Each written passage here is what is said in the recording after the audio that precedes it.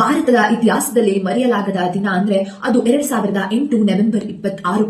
ಕೇವಲ ಮುಂಬೈ ಪ್ರದೇಶವಲ್ಲದೆ ಇಡೀ ಭಾರತವನ್ನೇ ಕಂಪಿಸಿದ, ಇಡೀ ಭಾರತವನ್ನೇ ನಡುಗಿಸಿದ ಒಂದು ಅಹಿತಕರ ಘಟನೆ ಅಲ್ಲಿ ನಡೆದು ಬಿಡುತ್ತೆ. ಸರಿಸುಮಾರು ರಾತ್ರಿ 9:30 ಮುಂಬೈನ ವಿವಿಧ ಪ್ರದೇಶಗಳಲ್ಲಿ ಒಂದೇ ರೀತಿಯ ಫೈರಿಂಗ್ ಮತ್ತು ಗ್ರೆನೇಡ್ ಸ್ಫೋಟ ಆಗುತ್ತೆ. ಇದೊಂದು ಸಾಮಾನ್ಯ ಅಟ್ಯಾಕ್ ಆಗಿರಲಿಲ್ಲ ಜನರಲ್, ಇದೊಂದು pre plan coordinated terror attack ಆಗಿರುತ್ತೆ. ಹೌದು, ಮುಂಬೈನ ಕೊಲಾಬಾ ಕೋಸ್ಟ್ ಲೈನ್ ಮೂಲಕ ಅರೇಬಿಯನ್ ಸಿ ಏನಿದೆ ಅದರ ಮೂಲಕ ಕೆವಿ ಕುಬೇರ್ ಅನ್ನುವ ಒಂದು ಬೋಟ್ ಅನ್ನ ಹೈಜಾಕ್ ಮಾಡಿ ಅಲ್ಲಿನ ಫಿಶರ್ ಮ್ಯಾನ್ ಅನ್ನ ಹತ್ಯೆಗೈದು ಮುಂಬೈನ ಕೊಲಾಬಾ ಕೋಸ್ಟ್ ಲೈನ್ ಮೂಲಕ ಮುಂಬೈಯನ್ನ ಪ್ರವೇಶಿಸುತ್ತಾರೆ 10 ಜನ ಯುವಕರು, 10 ಜನ ಉಗ್ರರು. ಈ 10 ಜನ ಉಗ್ರರು ಪಾಕಿಸ್ತಾನ ಮೂಲದ ಲಾಶಿಕ್ ಇ ತೈಬಾ ಎಂಬ ಉಗ್ರ ಸಂಘಟನೆಗೆ ಸೇರಿರ್ತಾರೆ. ಕೊಲಾಬಾ ಕೋಸ್ಟ್ ಲೈನ್ ಮೂಲಕ ಮುಂಬೈನ ಪ್ರವೇಶಿಸಿದ ಇವರು 5 ಗುಂಪುಗಳಾಗಿ ಡಿವೈಡ್ ಆಗ್ತಾರೆ. ಇವರು ಡಿವೈಡ್ ಆದ ನಂತರ ಇವರು ಸ್ಫೋಟ ಮಾಡುವುದಕ್ಕೆ ಇವರ ಟಾರ್ಗೆಟ್ ಆಗಿದ್ದೆ ಜನಜಂಗುಳಿ ಇರುವ ಪ್ರದೇಶಗಳು: Chhatrapati Shivaji Terminus, Taj Hotel, Leopold Cafe, Nariman House, Cama Hospital ಮತ್ತು ಒಬೇರಾಯ್ ಹೋಟೆಲ್ ಇವರ ಮೇನ್ ಟಾರ್ಗೆಟ್ ಆಗಿರುತ್ತೆ. ಇನ್ನು ನಾವು ಛತ್ರಪತಿ ಶಿವಾಜಿ ಟರ್ಮಿನಸ್ ಅಂತ ಬಂದ್ರೆ ಅದೊಂದು ಬಿಸಿಯೆಸ್ಟ್ ಪ್ಲೇಸ್ ಮತ್ತು ತುಂಬಾ ಕ್ರೌಡೆಡ್ ಪ್ಲೇಸ್. ಅಲ್ಲಿ ಇಂಡಿಸ್ಕ್ರಿಮಿನೇಟ್ ಫೈರಿಂಗ್ ಶುರು ಮಾಡ್ತಾರೆ, ಅಲ್ಲಿನ ಎಲ್ಲಾ ಸಿವಿಲಿಯನ್ಸ್ ಕೊಲ್ತಾ ಬರ್ತಾರೆ. ಇನ್ನು ನಾರಿಮನ್ ಹೌಸ್ ಇದೊಂದು ಜುವಿಶ್ ರಿಲಿಜನ್ಗೆ ಸೇರಿದ ಒಂದು ಸ್ಥಳ ಆಗಿರುತ್ತೆ.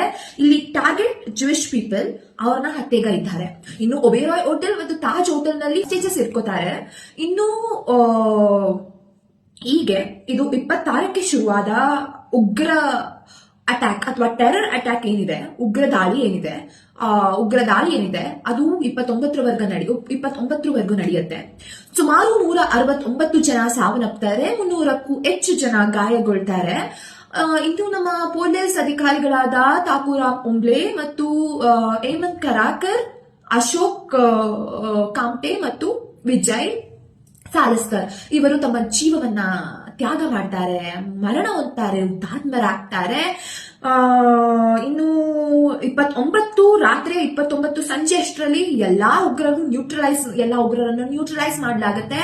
ಆದ್ರೆ ಅಲ್ಲಿ ಇದ್ದ ಅಜ್ಮಲ್ ಕಸಬ್ ಎಂಬ ಉಗ್ರ ಅಲೈವ್ ಆಗಿ ಸಿಗಾಕೋತಾನೆ. ಇನ್ನು ಮುಂದಿನ ವರ್ಷಗಳಲ್ಲಿ ಅವನು ಕನ್ಫೆಸ್ ಕೂಡ ಮಾಡ್ಕೋತಾನೆ. 2012ರಲ್ಲಿ ಆತನಿಗೆ ಗಲ್ಲು ಶಿಕ್ಷೆ ಗಲ್ಲಿಗೇರಿಸಲಾಗತ್ತೆ. ಈ ದಿನ ಏನಿದೆ 2008 ನವೆಂಬರ್, ಈ ದಿನದಿಂದ ನಮ್ಮ ದೇಶದ ಸೆಕ್ಯೂರಿಟಿ ಫೋರ್ಸಸ್ ಚೇಂಜ್ ಆಗುತ್ತೆ, ಸಿಸ್ಟಮ್ ಚೇಂಜ್ ಆಗುತ್ತೆ ಮತ್ತು ಕೋಸ್ಟಲ್ ಸೆಕ್ಯೂರಿಟಿ ಸ್ಟ್ರೆಂಥನ್ ಆಗುತ್ತೆ, NSG ಎಲ್ಲಾ ಕಡೆ ಎಸ್ಟಾಬ್ಲಿಷ್ ಆಗುತ್ತೆ. ಈ ದಿನದಿಂದ ನಾವು ಕಲ್ತಿದ್ದ ಪಾಠ ಏನಂದ್ರೆ ಏಕತೆ ಮತ್ತು ಸುರಕ್ಷತೆಗೂ ಇರುವ ಇಂಪಾರ್ಟೆನ್ಸ್. ನಮ್ಮ ಭಾರತೀಯ ಬಾಂಧವರನ್ನ ಕಳ್ಕೊಂಡ್ಬಿಟ್ಟಿದೀವಿ. ಇಲ್ಲಿ ನಮ್ಮ ಭಾರತವಲ್ಲದೆ ಫಾರಿನ್ ನ್ಯಾಷನಲ್ಸ್ ಮತ್ತು ಪೊಲೀಸ್ ಅಧಿಕಾರಿಗಳು, ಸಿವಿಲಿಯನ್ಸ್ ಎಲ್ಲರೂ ಇಲ್ಲಿ ಸಾವನ್ನಪ್ತಾರೆ. ಇವರ ಎಲ್ಲ ಆತ್ಮಗಳಿಗೂ ಶಾಂತಿ ಸಿಗಲಿ ಅಂತ ಹೇಳ್ತಾ ನಾನು ಈ ವಿಡಿಯೋನ ಮುಗಿಸ್ತೀನಿ. ನಮಸ್ಕಾರ.